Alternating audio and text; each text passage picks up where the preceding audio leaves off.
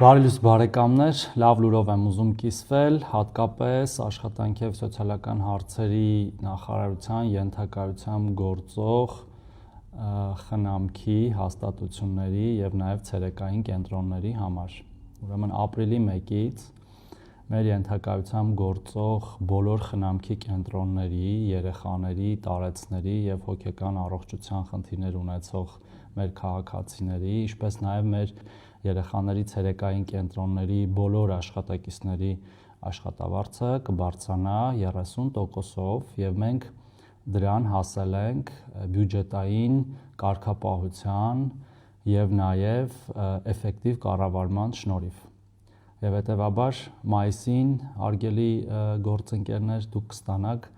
պլյուս 30% աշխատավարձ և ես որպես նախարարության ղեկավար ըստ էության ձեզնից ակնկալում եմ ավելի լավ աշխատանք,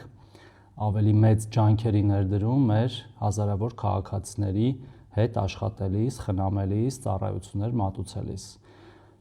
Իմ համար ձեր աշխատանքային պայմանները առաջնահերթություն է եղել հենց առաջին օրվանից և ես ամեն ինչ անելու եմ դրանք աստիճանաբար բարելավելու ուղղությամբ։ Լավ եղեք, մեր քաղաքացիներին լավ ծառայություններ մատուցեք։ Ցտեսություն։